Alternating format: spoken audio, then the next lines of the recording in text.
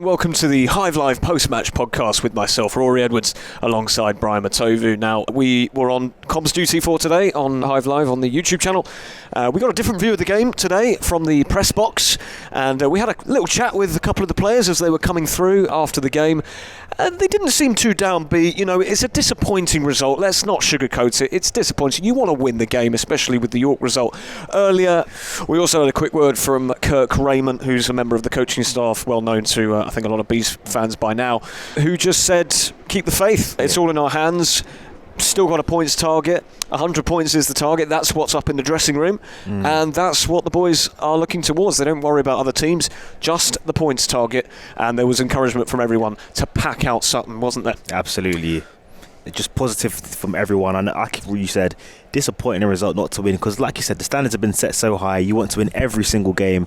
But when it doesn't happen, it's still to keep the faith. It's still a point on the board. It's not a loss.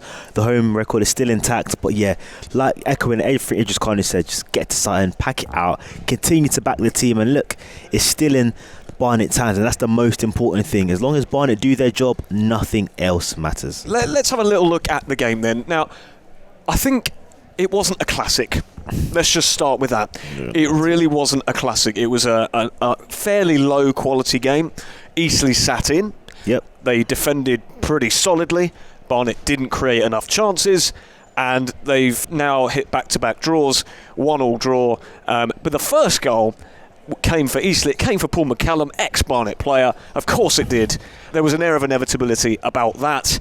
But it was a bit of a defensive disaster class in the end, that goal, wasn't it? Yeah, I think it's just a sloppy pass from Mark Shelton, or I think it's just a miscommunication. I think Shelton plays it back thinking Collins is being there. Collins has made the run, not expecting it to feet, and then fair play to Tyrese Shade. He just capitalises on the ball, manages to nip it just past Owen Evans in goal, and fair play to Shade. He looks up, plays. You almost said Shade there. Yeah, almost said Shade. As we didn't find out as Shade plays up to Paul McCallum, and like I said, the air of inevitability that he was going to score, and he had a tap in. I mean, he couldn't miss from that close, and he put the away side in front. And to be fair, they didn't create anything at all outside of that, if you can even call it they created it. They just capitalised on a Barnet mistake, and fair play to them, took the opportunity, and they scored. And Barnet were on the back foot.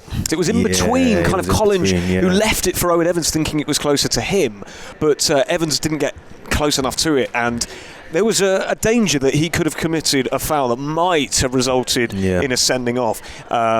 But he didn't. He was rounded by Tyrese Shade, who was, of course, the goal scorer in the reverse fixture. Every coach will say all goals are avoidable. That goal was definitely avoidable, and it's something about this end of the stadium where we've seen a couple of goalkeeping errors, or errors at the back, I'd say, from Barnet, and he just put them on the back foot. But you could argue that it just sparked them into life, because it was a good response from the Bees, and they did get a timely equaliser. Yeah, Danny Collins, who obviously was involved in that defensive mishap, and is, of course, been a brilliant servant to the club over in the Dean Brennan era for sure. One of the last sort of surviving members of that original squad. Was, of course, involved once again, but this time to get the equaliser, and it was the only moment of quality that we saw from Anthony Hardigan, who I thought had quite a poor game by his astronomical standards for this league. We're used to his deliveries being excellent and him dictating the play, but Anthony Hardigan just didn't quite manage to do it, but he did do it once. Yeah, absolutely. It was a free kick. I think Ryan Glover was fouled, and we literally said it before the game that Hartigan on that left-hand side, when he's whipping it in towards the goal, he's always dangerous. He's scored a couple of goals this season, and he whips in a fantastic delivery, and Danny Collins rises highest, heads into the back of the net, and Bees got the equaliser just before half-time, which we thought would spark them into life, and just before half-time, the perfect time to get a goal. Many of us would have thought that Barnet would come out roaring for the second half, but it just never seemed to peter into that motion. I certainly thought that the ascendancy was with Barnet. We got the equaliser. That should be the end of the frustration, but actually it was kind of the beginning of the frustration. Yeah, absolutely. He just second half felt more frustrating, because I think Barnet had a bit more of the ball, and I think from the supporters you could see it was a lot of side to side passing, which I think frustrated a lot of the fans, because the fans just wanted to be lumped up forward. But Barnet have a process of how they play, and it's worked all season up until now. I mean, it worked today, to be fair. It always works, but it's just a thing where I felt that or the fans probably felt that Barnet could have just played a little bit quicker, because when it was quick and incisive, there were opportunities. I remember when Harry Chapman was a bit more incisive, but it just felt only in transition attacks where Barnet seemed to create any sort of opportunities. But it was just frustrating because Eastleigh's structure was so solid. 5 at the back, flat 4 in midfield, and just had literally Paul McCallum up top, hold the ball up, we'll do whatever you can. You're not really getting much support, and that was frustrating, just going side to side, and Barnet just couldn't find his openings, and any cross that came in, the defenders were at it. And to be fair play to Joe McDonnell when he had to make a save from Reece Brown when he was called upon, he made the saves. Yeah, exactly. They managed to stifle most of the Bees' attacks, and the attacks weren't really attacks. They didn't penetrate enough, did they? I think the best chance of the game in the second half for the Bees was Zach Brunt's left-footed in-swinging delivery. Yeah. It was a quick delivery, caught the Eastleigh defence napping. The one time that they were napping, Shelson gets a free header away, and the ball falls to, I think, Callum Stead, doesn't it? Callum Stead. It falls to Callum Stead. I'm not really sure what happened from our angle. We couldn't really see it. It was a really good play from Zach Brunt, getting that in quickly. Falls to Shelton, and it's a good save from Joe McDonnell as well. It parries it out, but Shelton just wasn't able to capitalise on it. But unfortunately, outside of that, I mean, it was really tough for Barnet to create any clear opportunities. I mean, maybe they could have taken more longer shots, but I know Barnet are always like the process, play around. When you have a good open look, that's when you take a shot, but it just wasn't able to materialise. So, in the end, obviously, it finished 1-1, and there is, I guess, an argument maybe to be made that, what else could Barnet have done? I mean, Eastleigh were really rock solid defensively. Yeah, rigid. Barnet didn't create enough chances. Could they have just loaded the box and hoped for the best and gone direct and listened to the fans, lump it forward and abandon your sort of usual playing style in desperate search of a win? What do you do? I mean, it's a tough one because everything Dean Brendan throws this season seemed to have worked. So I think he believed that if we just keep on petering, normally what happens is that Eastleigh should get tired, but to be fair to them, they never really got tired. You never felt they were tired or lagging. And if you just keep playing along, it's hard to stay focused and to stay concentrated for that amount of time without possession. But it just never worked. A fair play to Eastleigh, though, they were just astute, kept at the back, and I think when the substitutions came on, they never really caused any difference. You thought when Liam Love came on, there was more of a focal point. You could go longer, but it just never seemed to materialise. And Bees just struggled, and sometimes you just got to give credit to the opponent. They had a game plan, it worked, it was to stay defensively strong, and that's what happened. Yeah, one thing I wanted to mention as well, I think you're right about the ineffectiveness of the substitutions. Leon Love couldn't quite get into the game, could he? And Dom Telford didn't have an impact, but testament to Eastleigh, I guess, and their defence. But that doesn't really account for the sort of poor quality of the passing in general. I just thought there were so many misplaced passes. Definitely. The quality of the crossing wasn't very good. It was all a bit slow and languid. And I just think if you're going to create chances, if you're going to open up a low block, you have to be quicker about it, don't you? Yeah, definitely. I think the build-up play has to be better. I definitely agree. And the one time it did get sped up was when Zach Brunt played it into Reece Brown quickly. He got a shot off, and it was a good save from Joe McDonnell. But outside of that, he just wasn't quick enough, wasn't incisive enough. And like you said, there were a couple overhit passes, a couple of passes to the wayside, which again, that just kills attacks. It kills momentum. I felt there wasn't really a period of time where Barnet had the momentum, where they just had the ball, getting it back quickly. It felt every single time Barnet had any sort of momentum, Eastleigh player would go down injured, or Barnet player kick the ball out of play, and they'll give away a silly foul, and it just kills any sort of momentum that Barnet could build. Well, I think that's another really important point, the fact that Eastleigh took every opportunity to frustrate their opponents. How many times did we see players go down, spend ages on the ground, try and do that walk across the pitch instead of going off the quick way for a substitution? It was just one of those games, and Eastleigh, to be fair to them, pulled off the game plan. Kelvin Davis's side, arresting a really poor slide with losing 4-0. Yeah, to Rochdale. Up at Rochdale, but claiming a point against the league leaders today with nothing to play for. It's a great result. Absolutely. I mean, maybe last week caused them to play like that. He said, listen, the only way we're going to get a point at the Hive, the hardest ground in maybe all of English football, to be fair, this season, is to be defensively solid. I'm sure they would have worked on it in training, because conceding 4 goals is probably an aberration to his side and to Eastleigh. So come here, defensively shoot a fair play. They conceded 1 goal, but outside of that, it was really solid at the back, and that's something for them to build on.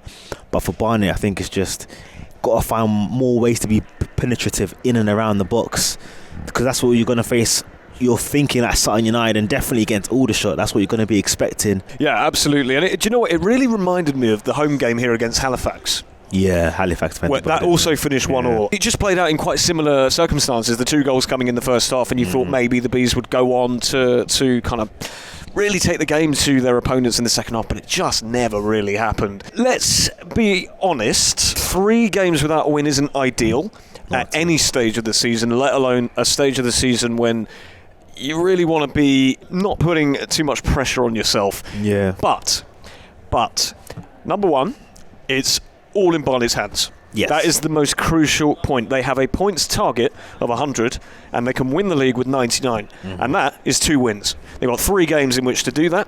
They're playing Sutton away, who are a team like Eastleigh, I should say, who have nothing to play for really at this stage of the season other than pride and contracts. Yep. So chance there. You've got an Aldershot side whose minds will be on Wembley, and again don't really have much else to play for, not in danger of relegation, not going to get promoted, and that's back at the Hive.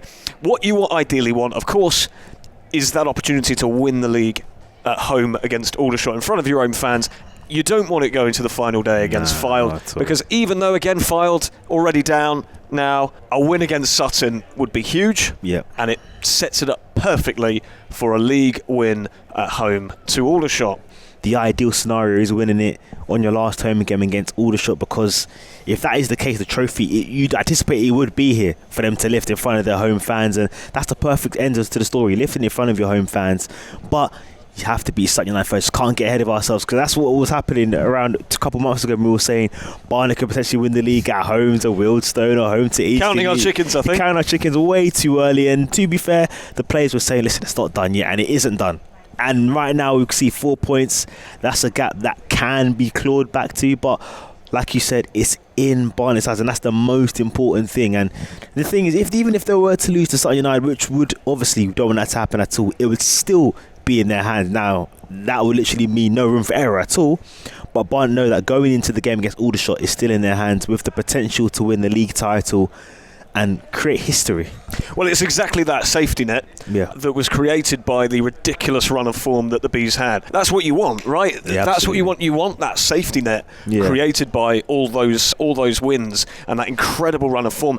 I guess it was almost unsustainable, you could argue, that level of performance, that level of form. It's so difficult, because you want to be able to say you can forgive it, but when you've got York breathing down your neck, you don't really have time for that. You've just got to pick yourself up, get back on the horse, because if you want to be champions, you've got to be relentless, as Dean Brennan says, and the last 3 games, they've not been relentless, have they? Yeah, not at all. Barnet, they've got to be relentless. They've got to get back to scoring goals, because Barnet was scoring so many goals, and like I said, it wasn't sustainable. Even the clean sheet record, the goals conceded record was unbelievable. It was something that you hadn't really seen before. There was one where they had to score like 1 goal, conceded like 10 or 11 games, which is crazy. And I know that's now been taken away, given, was it 3 goals conceded, or 4 goals conceded in 3 games. Only scored 3 goals in 3 games. That's not like Barnet. Barnet usually scoring at least 2 goals a game, creating plenty of chances. There'll be times we're complaining about, we have so many chances, you could even score more. But it just hasn't happened. Like the Oval game, 5-0 at home to Yeovil. That seems so long ago, doesn't it? Yeah, 3 goals for the Bees in their last 3 games. 1 at Braintree, the loss up there. 1 against Wealdstone, and another 1 today. Hopefully, things will improve. Yes. At Sutton, there are 3 games left of the season. As Idris Khanis says, pack it out. Pack it out. Get to Sutton if you can. Support the lads. We will be there. Absolutely. For a special Hive Live away day. So as we bring this podcast to a close, I can just say that when Dean Brennan walked past us, he was pretty upbeat. Yep. He was smiling at us. There is no sense of panic in the camp. There is only this laser focus towards the points target. I know there was a palpable sense of disappointment here after the game, and you expect that from fans, and but it's very important that, I think, for all of us, that we don't take that incredible run for granted, that we don't take this team for granted, this management staff, because that just wasn't. It was abnormal. The run that we just mentioned. It was abnormal. So things are maybe catching up a little bit now. Yeah. But the fans are going to be needed more than ever now, aren't they? Absolutely more than ever. I mean, listen, 3 games left. Dean Brennan spoke about the cup finals when there was like 12, 11, 13 games left. But now you've got 3 massive games, 2 away from home. Barnet have been really good on the road, so obviously lost at Braintree, but besides that, they've been really, really good on the road. And like I said, get to something, it's fairly localish. So get down there, support the guys, and then come back at home with a massive game against Aldershot, knowing potentially that could be a title-winning game. Or if it isn't a title-winning game, it will be a game that allows us to go into the final game knowing that a win there should secure the title. But like you said, Dean Brennan wasn't panicked, seemed very calm, upbeat. Again, it's another point towards the total. And like I said, if we look at the season as a whole, it's an amazing, brilliant season. Of course, the target is promotion to League 2 via the league title, but just got to keep on going. It's not over yet. So you're in a fantastic position. If you were to ask a Barnet fan, with 3 games to go, you'll be 4 points clear going into games against Sutton, Aldershot and Fylde who are relegated, Aldershot who are focused on Wembley, Sutton who've got little to play for. You would have taken it. But now it's down to the players, down to the coaching staff to just get the job done, and the supporters have got to be that 12th man on the pitch, backing them fully to victory.